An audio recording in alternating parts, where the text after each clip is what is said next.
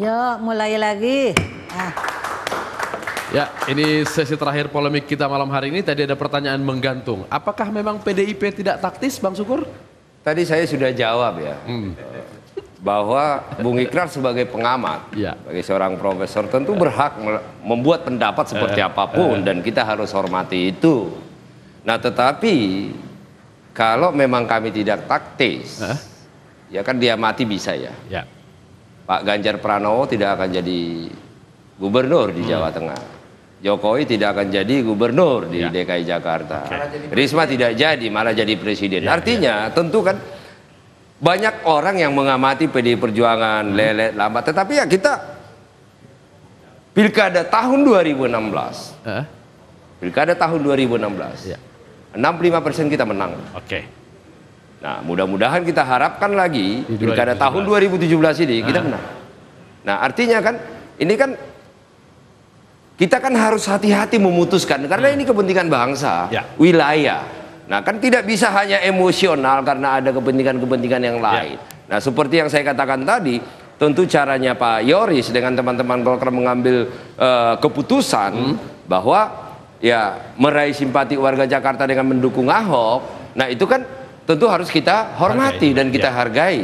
Nah, tetapi saya sudah sampaikan tadi, kami mengambil keputusan tidak dengan cara seperti itu, karena kalau dengan cara seperti itu Ahok tidak akan pernah menjadi gubernur. Baik. Bung Peri, seperti apa peluang akan bergabung dengan PDIP? Ya, yang penting Partai Gerindra alhamdulillah telah berhasil melampaui seluruh proses seleksi dan sampai kemudian di dalam Rakornas tersampaikan oleh Ketua Dewan Pembina kami, Ketua Umum kami, Pak Prabowo Subianto, dan mendukung Saudara Sandiaga Uno sebagai calon kepala daerah untuk di DKI. Kemudian setelah itu ada pernyataan resmi dari Partai Keadilan Sejahtera yang tersampaikan oleh Ketua Umum PKS dan mudah-mudahan beberapa partai yang lain. Artinya kami berpendapat bahwa modal politik ini dari sementara ini dari dua partai adalah modal yang lumayan, dan tentu ya berharap sekali partai-partai lain juga PDI Perjuangan. Tapi sekali lagi kalau kami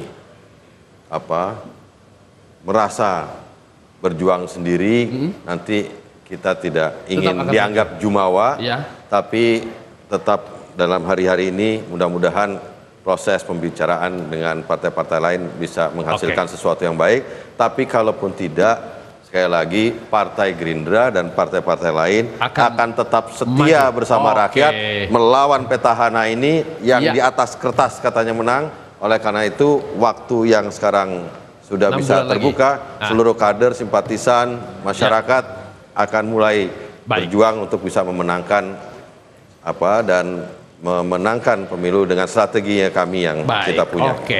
Bung Yoris, Golkar ini berpikir jauh ke depan. Kalau yang dekat apa yang dilihat? Apakah pasangannya sudah terbaca seperti apa? Saya kira kalau mengenai pasangan kita komitmen dari awal kita tidak mencampuri. Tapi tentunya Golkar ingin membangun satu proses demokrasi modern melalui proses pilkada di DKI.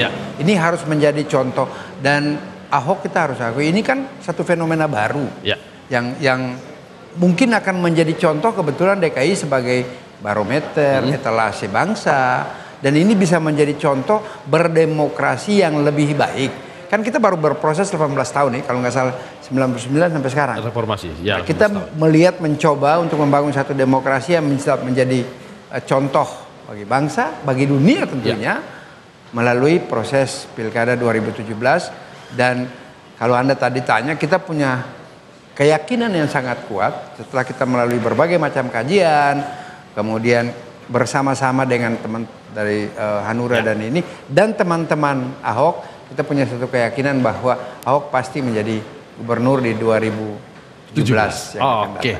Bung Ikrar, terakhir, seperti apa Anda melihat kemungkinan konstelasi nantinya di Pilgub 2017? Ya, terus terang saya belum tahu ya bagaimana posisi PDIP ya. Ya. Tapi mudah-mudahan PDIP itu masih juga mendengarkan suara saya sebagai pengamat.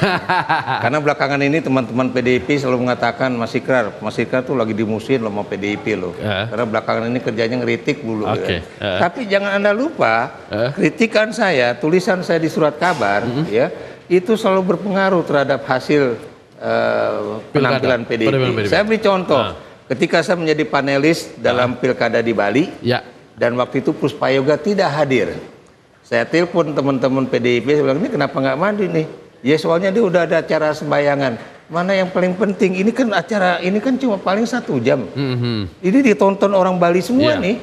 Lo nggak datang berarti lo pengecut banget, kan? Dan ternyata hasilnya? Dan hasilnya Anda tahu kan, jeblok kan hasilnya. Walaupun Anda tahu itu adalah kandang banteng, ya. Itu satu. Kemudian Anda perhatikan penentuan Jokowi menjadi calon gubernur DKI ataupun calon presiden. Anda bisa baca tulisan-tulisan saya kembali di Kompas.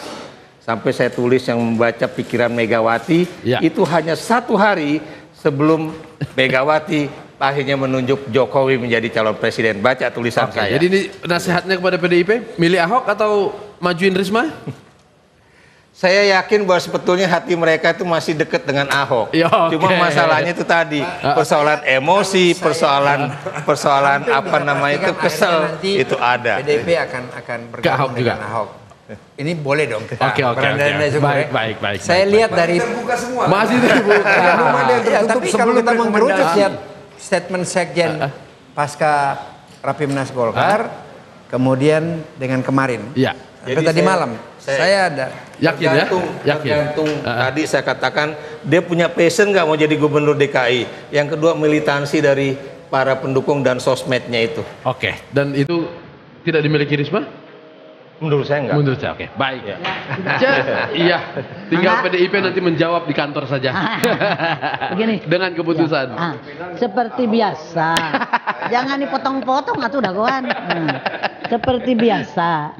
Pada penghujung polemik ini pasti ada sesuatu, ya kan? Baik. Nah, ini juga ada sesuatu.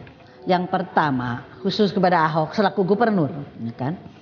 Kan masih ada waktu setahun lebih. 6 bulan lagi. 6 bulan? Ya, kurang 5 bulan. Bukan, setahun kurang. Nah, kan? Jangan terpengaruh dengan macam-macam, kerja tetap yang baik, begitu kan? Iya, harus tetap kerja yang baik. Jangan mikir-mikir untuk pengen jadi lagi. Kerja aja yang baik, satu itu. Kedua, kan?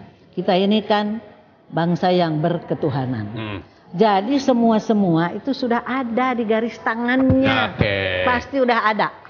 Jadi tinggal berdoa. Terutama warga Jakarta. Cepopong ada teboga hak pilih di Jakarta, ya kan? Mau milih Ahok, mau ada tidak punya hak pilih. Nah, jadi warga Jakarta yang punya hak pilih, ya kan? Dari sekarang itu muji tahajud supaya tidak salah pilih. Maka dengan ucapan Alhamdulillahirabbil alamin, Cepopong tutup sidang istimewa ini. Ahok sudah punya garis tangan, tinggal tunggu tanda tangan. Apakah tanda tangan itu akan segera keluar?